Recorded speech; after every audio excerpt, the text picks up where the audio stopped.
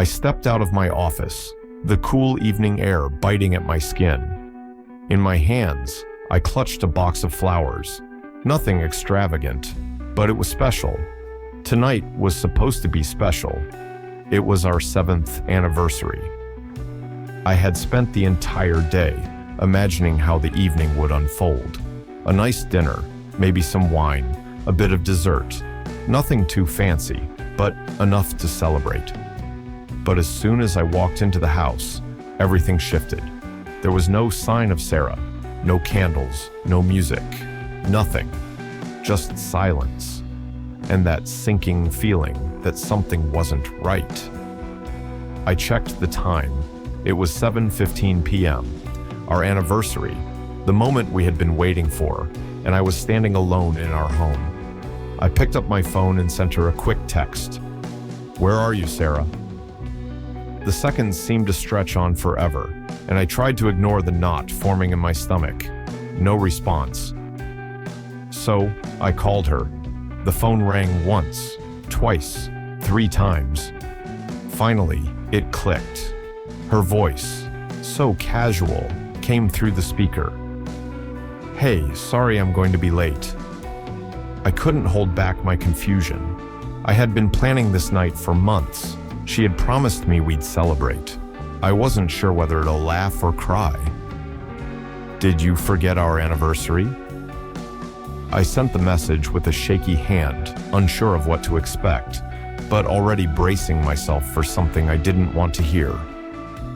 I stared at my phone for what felt like an eternity. The message from Sarah lingered on the screen, each word sinking deeper into my chest. I couldn't comprehend it. A cruise? With James? My fingers hovered over the keyboard, but it took me longer than I cared to admit before I finally typed my response. "Where are you, Sarah?" I hit send, heart pounding. Moments later, the reply came. "I'm on a cruise with James, my high school sweetheart." It felt like the world stopped. James, her ex, the one guy she'd always talked about in passing. But I thought we had moved beyond that. I thought she had left that chapter behind when we got married. I reread the message, but it didn't change. The pain was sharp, almost unbearable. How could she do this to me? To us? I stood there, holding my phone like it was a lifeline, but it felt more like a weapon. The words on the screen didn't make sense. How was this happening? I didn't want to believe it. I couldn't. But the reality was staring me in the face. Sarah was with James, and she didn't even have the decency to tell me beforehand. I let out a shaky breath and called her.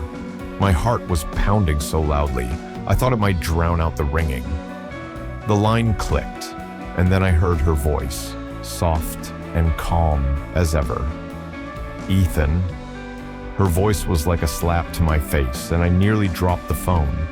The calmness in her tone, after everything, was what hit me the hardest. "Sarah, what is this? What do you mean you're on a cruise with James? On our anniversary, Sarah?" My voice cracked, but I couldn't help it. There was a long pause, and when she spoke again, she sounded so distant, almost detached. "I didn't know how to tell you. I'm sorry." "Sorry? Sorry for what? For abandoning me when I needed her most? For taking a trip with the guy who was always there, while I was left to rot here alone?"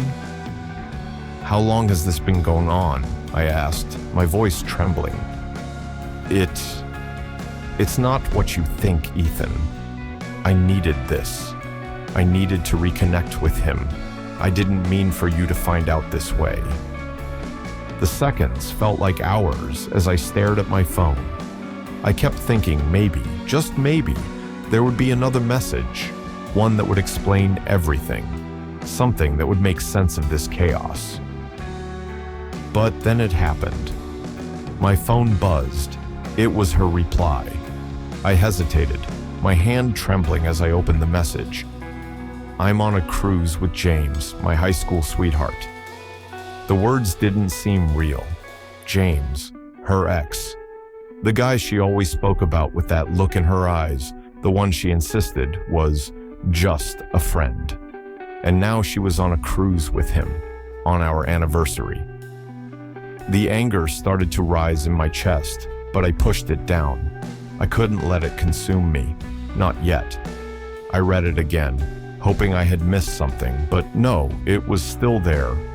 I called her again. This time, it didn't take as long for her to pick up.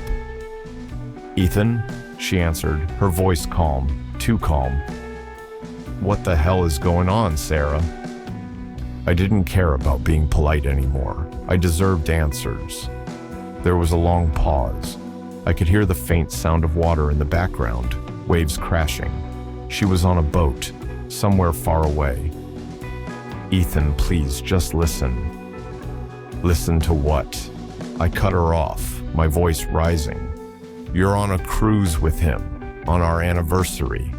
This is the one day I thought we could count on. What the hell happened?" She sighed deeply, and when she spoke again, her words were slow, measured, almost rehearsed. "I didn't know how to tell you. I didn't want to hurt you, but it's been building up, and I needed to reconnect with him." I could hear her voice cracking just slightly, but the words were sharp enough to wound. "How long has this been going on, Sarah?" I asked, not sure I even wanted to hear the answer. She paused before responding, and when she did, it was quieter, almost too quiet. "It's not what you think, Ethan. It's just, I needed this." I sat there, the phone pressed to my ear, the world around me blurring. Her words echoed in my head, but none of it made sense. She needed this. How could she possibly think that was okay? How could she even consider going on a trip with James after everything? "You needed this?" I repeated, almost to myself, but louder than I intended. My grip on the phone tightened. I was shaking. "Ethan, please, I didn't want to hurt you." I couldn't understand it. How could she lie to me like this? How could she throw away our anniversary to be with him? The guy she had claimed was just a distant memory, a footnote in her past. But now it felt like I was the one who was part of her past. "How long has this been going on?" The question burned in my chest, but I needed to ask it, even though I wasn't sure I wanted to know the answer. There was another long pause. The silence stretched on, and all I could hear was the faint sound of the ocean in the background. "It's not what you think, Ethan. It's complicated." I squeezed my eyes shut, trying to keep the tears at bay. Complicated? What part of this was complicated? She had thrown me aside, forgotten about our anniversary, and chose him over me. There was no more complicated in that. "How long have you been seeing him, Sarah?" My voice was barely a whisper now. The weight of it was too much. "It's not like that," she said softly, but it wasn't enough. She was too far away, too far gone. I couldn't take it anymore. I couldn't just sit there, helpless, listening to her explain away the unexplainable. I had to do something. I had to say something. "This is insane, Sarah. You're with him, on a cruise, and you think I'm supposed to just accept that? You think I'm supposed to believe you needed this? What? You needed him, after everything we've been through, after everything I've done for you?" My voice cracked, but I didn't care. The silence on the other end of the phone was deafening. No more waves crashing, no more background noise, just the stillness between us. "Ethan, I never meant for it to happen like this." Her voice wavered, but I wasn't having it. I didn't want her tears. I didn't want her guilt.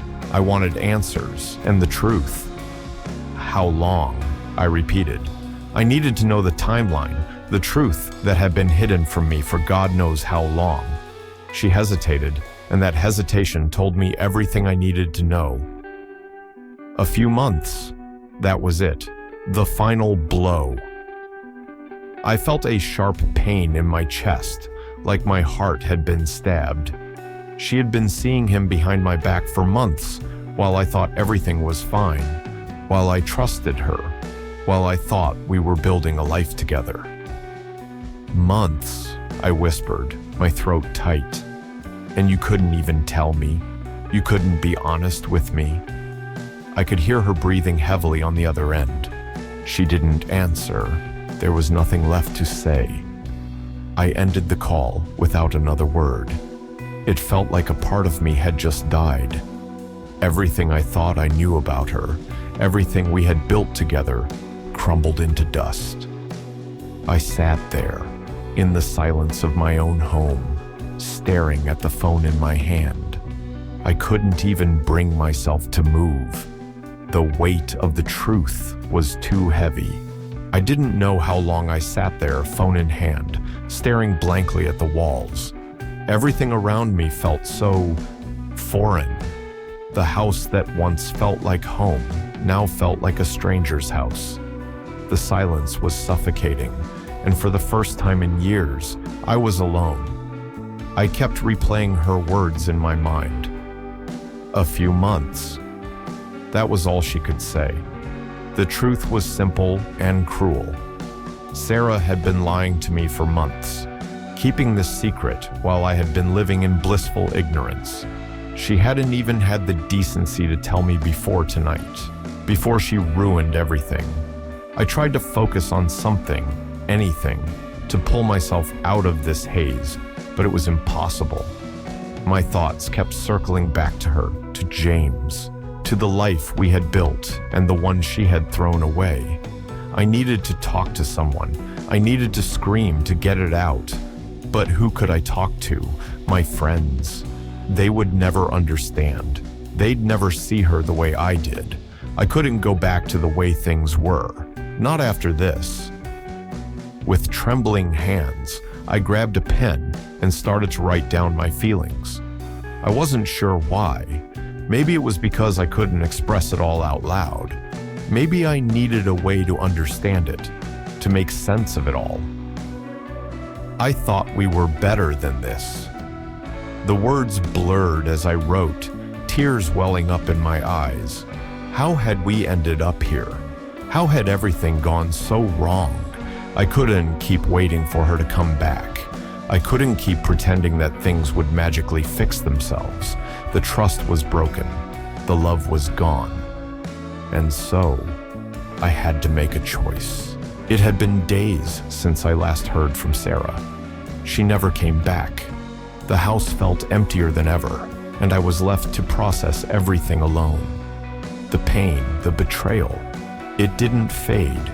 It lingered like a shadow, following me wherever I went. But I wasn't just wallowing in self-pity. I was moving forward, or at least trying to. I started focusing on my work, on things that mattered. I cleaned out the closet, put away the anniversary gifts, and even went through the old photos. Trying to erase the memories wasn't easy, but it was necessary. I needed closure, and I was determined to get it. One evening, after another long day, I sat on the couch, scrolling through my phone, when a notification popped up. It was an email from Sarah. I wasn't sure whether to open it. I had been avoiding her for days, not wanting to hear whatever excuse she had left. But curiosity got the better of me. I clicked on it. The subject line read, "You deserve the truth." I took a deep breath and opened it. "Ethan, I owe you more than just an apology. I know you think I was with James, but I wasn't. I was on that cruise for a reason, but not the one you think. I was meeting someone else, someone I had to tell you about before it was too late. I wanted to tell you, but I didn't know how. It's all been a mess, and I'm so sorry. Please understand, this wasn't just a random affair." My heart raced as I read the message. What was this? Who was she meeting? What was she talking about? I kept reading. Ethan, the truth is, I was pregnant, but it wasn't James' baby. It was yours, and I was too scared to tell you. I didn't know how, so I thought maybe I'd just leave. But I couldn't go through with it. I've made so many mistakes, but the biggest one was not telling you the truth. I'm coming back. My stomach dropped. Pregnant. She was pregnant. But there was more. Ethan, I love you, and I'm so sorry for everything. I just hope you'll give me a chance to explain. I'm on my way home. I sat there staring at the email. Pregnant? All this time, I had thought she was having an affair, but the truth was even more twisted than I could have imagined. I had been ready to walk away from everything, to close the door and never look back. But now, I was faced with a decision I never thought I'd have to make.